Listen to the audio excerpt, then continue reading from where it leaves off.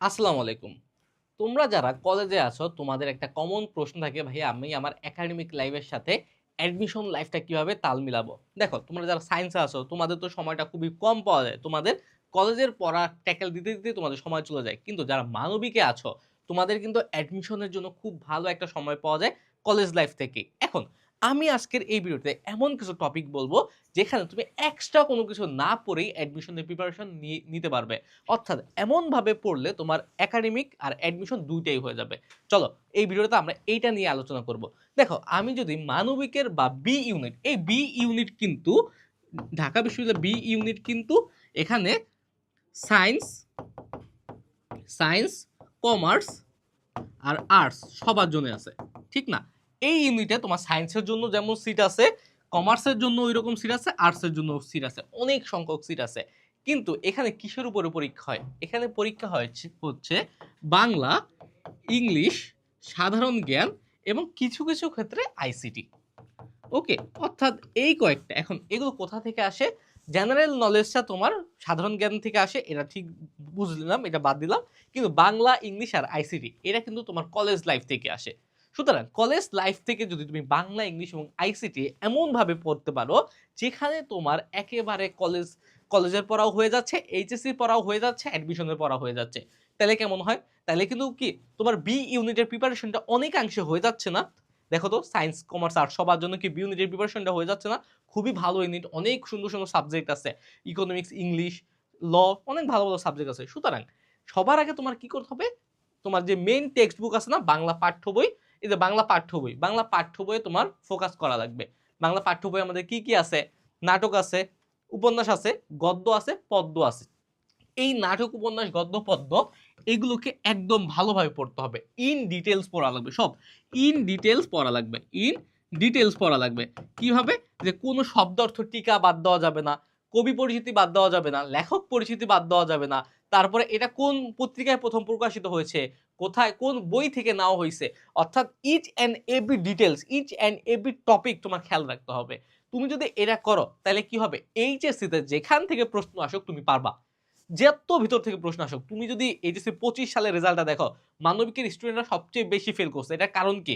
কারণ হচ্ছে in depth থেকে প্রশ্ন আসছে, এই কারণে তারা পড়ে নাই। তারা পড়ে যায়নি, তারা পারে নাই। কিন্তু তুমি যদি এখন থেকে ইন ডেপথ পড়ো তাহলে কি হবে? একই সাথে এইচএসসি কভার হচ্ছে, একই সাথে তোমার অ্যাডমিশন কভার হয়ে যাচ্ছে। ঢাকা বিশ্ববিদ্যালয় বা যেকোনো বিশ্ববিদ্যালয়ের পরীক্ষার প্রশ্নগুলো আসলে তুমি ইজিলি অ্যান্সার করা লাগবে। তখন কিন্তু অ্যাডমিশন পিরিয়ডে আমরা মাত্র ৪ মাস সময় পাই। এই ৪ মাসে কিন্তু সব একদম ইন ডিটেইলস পড়া সম্ভব হয় না। তারাই ঢাকা বিশ্ববিদ্যালয়ে চান্স পাবে যারা হচ্ছে কি কলেজে থাকতেই একদম পাঠ্য বইটাকে খুব ভালোভাবে পড়ছে। ওকে? এই ব্যাপারটা একটু খেয়াল রাখবা। তার পাশাপাশি আসো ব্যাকরণ। এই ব্যাকরণে আমি যখন অ্যাডমিশন প্রিপারেশন নিয়েছিলাম ব্যাকরণে আমার সবচেয়ে বেশি হ্যাসেল পোহাতে হয়েছিল, বাংলা ব্যাকরণে বিশেষ করে। কারণ কি? কারণ হচ্ছে আমরা বাংলাদেশে যারা স্টুডেন্ট আছি, আমরা একদম ক্লাস 6-7 থেকেই বাংলা ব্যাকরণ কতটা কি পছন্দ করি না, একটু এড়িয়ে চলার চেষ্টা করি। কারণ হচ্ছে আমরা ব্যাকরণের যে মজা আছে ওটা পাই না। আমরা ইংলিশ ব্যাকরণ বা ইংলিশ গ্রামার ঠিকই পারি, কিন্তু বাংলা ব্যাকরণটা কিন্তু পারি না। এখন এটার কারণ কি? কারণ হচ্ছে আমরা শুরু থেকে একটা ভয় পেয়ে আসছি যে, না ভাই এটা কি খুবই কঠিন বিষয়। কিন্তু যখন আমি কলেজে উঠলাম তখন আমি যখন নটরডেম কলেজে ছিলাম মূলত এখানে বাংলা টিচাররা খুবই ওয়েল কোয়ালিফাইড। তারা খুব ভালোভাবে পড়ায়। এখন তারা পড়াচ্ছে মোটামুটি বুঝার চেষ্টা করলাম। তবে আস্তে, আস্তে কিন্তু মাঝখানে করোনা চলে আসছে।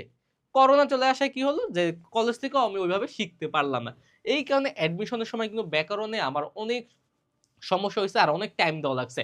কিন্তু ওই যে কলেজ লাইফে আবার আমি বাংলা পাঠ্য বই, ইংলিশ পাঠ্য বই, মানে ইংলিশ টেক্সট বুক এগুলো ভালোভাবে পড়ছি।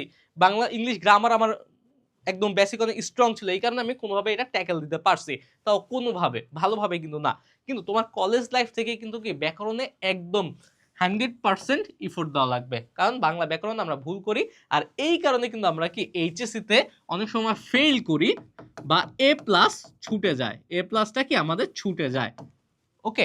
এই কারণে আমাদের ব্যাকরণটা এইভাবে পড়া লাগবে একদম নিয়ম অনুসারে, যে আমার এইচএসসি তে আসলেও যাতে আমি পারি, স্কুল বা কলেজের পরীক্ষাতেও পারি, আমার অ্যাডমিশনেও যদি এখান থেকে প্রশ্ন আসে আমি পারি। মানে তোমার একই সাথে অ্যাডমিশনের পড়াও পড়া লাগবে, এইচএসসি পড়াও পড়া লাগবে। বিশেষ করে এইচএসসি ২৭ যারা আছো, তোমাদের হাতে কিন্তু সময় আছে। এইচএসসি ২৬ এর হাতে সময় কম আছে। কিন্তু যাদের সিলেবাস অলরেডি শেষ, তোমরা এখন থেকে ফোকাস করতে পারো। কারণ কয়েকদিন পরেই তোমার অ্যাডমিশন সিজন শুরু হয়ে যাবে। এই গেল আমার বাংলা ব্যাকরণ আর প্রথম পত্র। তারপর ইংলিশ টেক্সট বুক। এইটার উপরে ভাইয়া বিকল্প কিছু নাই। ইংলিশ টেক্সট বুকে হচ্ছে ম্যাক্সিমাম স্টুডেন্ট কাঁচা, কিছুই পারে না। কিন্তু ঢাকা বিশ্ববিদ্যালয়ের পরীক্ষা বলো, তোমার এইচএসসি পরীক্ষা বলো, ইংলিশ থেকে কি আসে না? ইংলিশে কি ফেলের সংখ্যা অনেক বেশি না? অনেক বেশি। কিন্তু তোমরা যদি মানবিকে গতবার যে অর্ধেক ফেল করছে, এর মধ্যে মিনিমাম 20% ইংলিশেই ফেল করছে, খোঁজ নিয়ে দেখো। কিন্তু ইংলিশে কি করে, তারা টেক্সট বুকই পড়ে না। ইংলিশ টেক্সট বুকটা খুব ভালোভাবে পড়া লাগবে, বিশেষ করে আমি বলবো ওয়ার্ড মিনিং। কারণ কি, ওয়ার্ড মিনিং যদি তুমি পারো তাহলে তুমি কোনো না কোনোভাবে অ্যান্সার করতে পারবাই। কারণ ওয়ার্ড মিনিং এর বিকল্প কিছুই নেই। ওয়ার্ড মিনিং ছাড়া তো কখনোই তুমি ইংলিশ শিখতে পারবে না। ইংলিশ টেক্সট বুকের প্রত্যেকটা ওয়ার্ড তোমার জানা লাগবে, একদম খুব ভালোভাবে জানা লাগবে।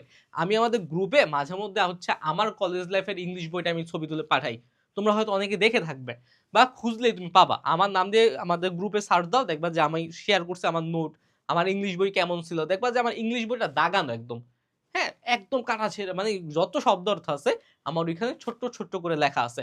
এর ফলে কি হবে, আমি যতবার বইটা খুলবো আমার শব্দ অর্থগুলো পড়া হয়ে যাচ্ছে। ইংলিশ শব্দ অর্থ খুব ভালোভাবে পড়া লাগবে, তার পাশাপাশি প্র্যাকটিস করা লাগবে। ইংলিশটা কিন্তু কি প্র্যাকটিসের একটা ব্যাপার আছে, প্র্যাকটিসও করা লাগবে। ওকে, এখন ইংলিশ ফার্স্ট পেপারে গেল, শব্দ অর্থ পড়বা, প্র্যাকটিস করবা, তাহলে মোটামুটি হয়ে যাবে। ইংলিশ গ্রামার, কলেজ লাইফে যদি তুমি ইংলিশ গ্রামারের বেসিক ক্লিয়ার না করো তাহলে কিন্তু কখনোই তোমার কি হবে না, গ্রামার তুমি কমপ্লিট করতে পারবা না। বাংলা গ্রামার, ইংলিশ গ্রামার, গ্রামারটা ভাই সময় লাগে। এই কারণে এখন থেকে তুমি টেন্স, ভয়েস, ন্যারেশন, ডিগ্রি এগুলোতে ফোকাস করো। Parts of speech, identification of parts of speech, basic যা আছে সবকিছু ফোকাস করো। তাইলে কি হবে, একই সাথে তোমার এইচএসসি তে গ্রামারের সমস্যা শেষ হয়ে যাবে, তার পাশাপাশি অ্যাডমিশনের সময় তোমার আর পিছনে ফিরে তাকাতে হবে না।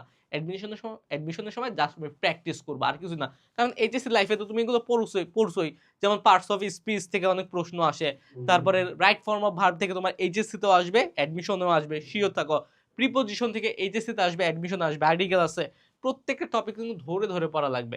তার পাশাপাশি আরেকটা বিষয়, রাইটিং। এটা তুমি বাংলা বলো বা ইংরেজি বলো, হ্যাঁ আমি আরেকটু ভালোভাবে বললে হতো free hand writing. Free hand writing তোমরা কলেজে পড়ো ঠিক আছে, কিন্তু তোমাদের মধ্যে অনেক স্টুডেন্ট এখনো প্যারাগ্রাফ মুখস্থ করে, কম্পোজিশন মুখস্থ করে, ডায়লগ মুখস্থ করে, বাংলায় প্রতিবেদন মুখস্থ করে। কেন ভাই, তুমি এখন কলেজে পড়ো, তোমার কেন এখন মুখস্থ করা লাগবে? এখন কি আমাদের মুখস্থ করার সময় আছে? এখন কিন্তু আমরা ওই ফেজেই নেই যে মুখস্থ করব। তোমরা যদি ঢাকা বিশ্ববিদ্যালয়ের ভর্তি পরীক্ষায় কিন্তু কি রাইটিং এ কিন্তু একটা প্যারাগ্রাফ বা বিভিন্ন জিনিস সম্পর্কে লিখতে দেওয়া হয়। আইএলটিএস এর পরীক্ষা, যারা বিদেশে যাওয়ার চিন্তা করছো, তোমাদের আইএলটিএস পরীক্ষা লিখতে দেওয়া হয়। তখন তুমি কি করবা? তোমার তো ফ্রি হ্যান্ড রাইটিং লেখা লাগবে। দেখো আমি যখন আইএলটিএস পরীক্ষা দিয়েছিলাম, আমার প্যারাগ্রাফে কি আসছে জানো? আমার প্যারাগ্রাফে আসছে হচ্ছে হাউস হোল্ড থিংস, হ্যাঁ ইন কিচেন, মানে কিচেনের যে আসবাবপত্র আছে এইগুলো নিয়ে আমার লেখা লাগবে। এখন তুমি যদি ফ্রি হ্যান্ড রাইটিং না জানো, তুমি কি করবা? তুমি ওখানে কি লিখবা? তুমি বিদেশ যাবা, তোমার বিদেশ যাত্রা কখনো হবে? তুমি এইচএসসি তে পাস করতে পারবা যদি একটা আনকমন টপিক চলে আসে, যদি জুলাই রিভলিউশন চলে আসে, তার তুমি মুখস্থ করো নাই, তখন কি করবা? কিছুই করতে পারবা না। এই কারণে তোমার ফ্রি হ্যান্ড রাইটিং চর্চা করতে হবে, যাতে যেই কোনো টপিক পৃথিবীর যা থেকে আসুক না কেন তুমি ওইটা সম্পর্কে লিখতে পারবা। এখন এটার জন্য কি দরকার? রাইটিং এর জন্য প্র্যাকটিস দরকার। আমরা কিন্তু আমাদের কোর্সের রাইটিং এর যে ফ্রি ক্লাসগুলো আছে আমরা কিন্তু সেগুলো অ্যাড করে দিছি, ওগুলো একটু দেখতে পারো। ওগুলো দেখলে কি হবে, যে কিভাবে রাইটিং আমি শুরু করব, কিভাবে আমি গ্রামার মেনটেন করব, কিভাবে অর্থ মিলাবো, এগুলো কিন্তু আমাদের এই কোর্সের মধ্যে বোঝানো আছে। তারপরে আইসিটিটা, রাইটিংটা কিন্তু অবশ্যই প্র্যাকটিস করবা। তারপর আইসিটিটা কি? আইসিটি হচ্ছে মানবিকের স্টুডেন্টের জন্য একটা মহা আতঙ্কের নাম। এই আতঙ্ক তারা কেন কাটায় উঠতে পারে না। তারা সবসময় ভাবে যে আইসিটি একটা সায়েন্সের বিষয়, আমি পারবো না এটা। কিন্তু না ভাই, আইসিটিও কিন্তু বর্তমানে সবার জন্য ম্যান্ডেটরি, লাগবে এটা। তুমি যদি এখন থেকে আইসিটি নোট করে না পারো তাহলে কিন্তু একটা ধরা খাবা। এই আইসিটিতে কিন্তু অনেক অনেক অনেক ফেল করে, সুতরাং এখন থেকে তোমার কি করতে হবে, আইসিডিটা প্র্যাকটিস করা লাগবে। যদি আইসিডি প্র্যাকটিস না করো তাহলে কিন্তু একটা ধরা খাবা একদম। এখন কোথা থেকে বাংলা, ইংলিশ, ব্যাকরণ সব পড়বা? সিম্পল, আমি সবসময় যেটা বলি, আমাদের কোর্সে চলে যেতে পারো, ডেমো ক্লাসগুলো দেখো ভাই। ডেমো ক্লাসগুলো দেখে যদি ভালো লাগে, সেই ক্ষেত্রে হচ্ছে তুমি আমাদের কোর্সে এনরোল করতে পারো। তার পাশাপাশি এখানে তুমি প্রত্যেকটা বিষয় পাবা। আমাদের যে রাইটিং এর ব্যাপারটা, রাইটিংটাও কিন্তু পাবা। আর অ্যাডমিশনের যে কথা বললাম, তোমরা যারা এখন সিলেবাস শেষ করে ফেলছো বা তোমার মানবিকের সিলেবাস অনেক আগায় আছে, তুমি চাচ্ছ যে এখন থেকেই অ্যাডমিশনে বা ঢাকা বিশ্ববিদ্যালয়ে ভর্তির প্রিপারেশন নিবা, তোমরা সিম্পলি এই কোর্সে চলে যাও। এই কোর্সে কিন্তু ঢাকা বিশ্ববিদ্যালয়ের কিউবি সলভিং থেকে শুরু করে আমাদের অ্যাডমিশনের জন্য আলাদা একটা একটা সেগমেন্টই আছে। অ্যাডমিশনের সব ক্লাস পাবা এখানে, বাংলা, ইংলিশ, সাধারণ জ্ঞানের। তার পাশাপাশি একাডেমিকের বাংলা, ইংলিশ, আইসিটি সহ মানবিকের সকল বিষয় পাবা। অর্থাৎ একাডেমিক অ্যাডমিশন সব পাবা, তার পাশাপাশি দাগানো বই পাবা, তারপর টেস্ট পেপার সলভিং ক্লাস পাবা, তোমার যা যা লাগে 100-র উপরে পরীক্ষা পাবা, যা যা লাগে ভাই সব এখানে দেওয়া আছে। সুতরাং এখন তোমার জাস্ট মোটিভেটেড থাকা লাগবে আর লেখাপড়া করা লাগবে। এখন তুমি এখন থেকে যদি একাডেমিক লাইফটা ঠিক না করো তাহলে অ্যাডমিশনও ঠিক করতে পারবে না। কিন্তু হ্যাঁ, এখন যদি তোমাদের আরেকটা প্রশ্ন থাকে, ভাই আমি একাডেমিকটা আগে পড়বো নাকি অ্যাডমিশন, সবসময় মনে রাখবা আগে তোমার একাডেমিক, আগে একাডেমিক। কারণ কি, আগে তোমার পাস করা লাগবে, আগে পাস করা লাগবে, তারপরে হচ্ছে এ প্লাসের চিন্তা, তারপরে অ্যাডমিশনের চিন্তা। তুমি যদি পাসই না করতে পারো, এবার তো রেজাল্ট দেখছো কি অবস্থা, 50% ফেল, এবারও সেম কঠিন কোশ্চেন নিয়ে আসবে। সুতরাং আগে একাডেমিকে ফোকাস করবা। যখন তোমার মনে হবে যে না আমি একাডেমিকে এখন পারফেক্ট আছে, তখনই অ্যাডমিশনে ফোকাস করবা। আর আমি তো বললামই যে কিভাবে পড়লে তোমার একই সাথে একাডেমিক আর অ্যাডমিশন হয়ে যাবে। বাংলা প্রথম পত্র ভালোভাবে পড়বা, বাংলা দ্বিতীয় পত্র ভালোভাবে পড়বা, ইংলিশ টেক্সট বুকটা ভালোভাবে পড়বা, ইংলিশ গ্রামারটা ভালোভাবে পড়বা, আইসিটিটা ভালোভাবে পড়বা। ওকে, আর রাইটিংটা প্র্যাকটিস করবা, তাইলে ইনশাল্লাহ হয়ে যাবে। ওকে, আর কিচ্ছু লাগবে না। ওকে, আশা করছি ভিডিওটা তোমাদের ভালো লেগেছে। আবার দেখা হবে, সেই পর্যন্ত সুস্থ থাকো, ভালো থাকো। আসসালামু আলাইকুম।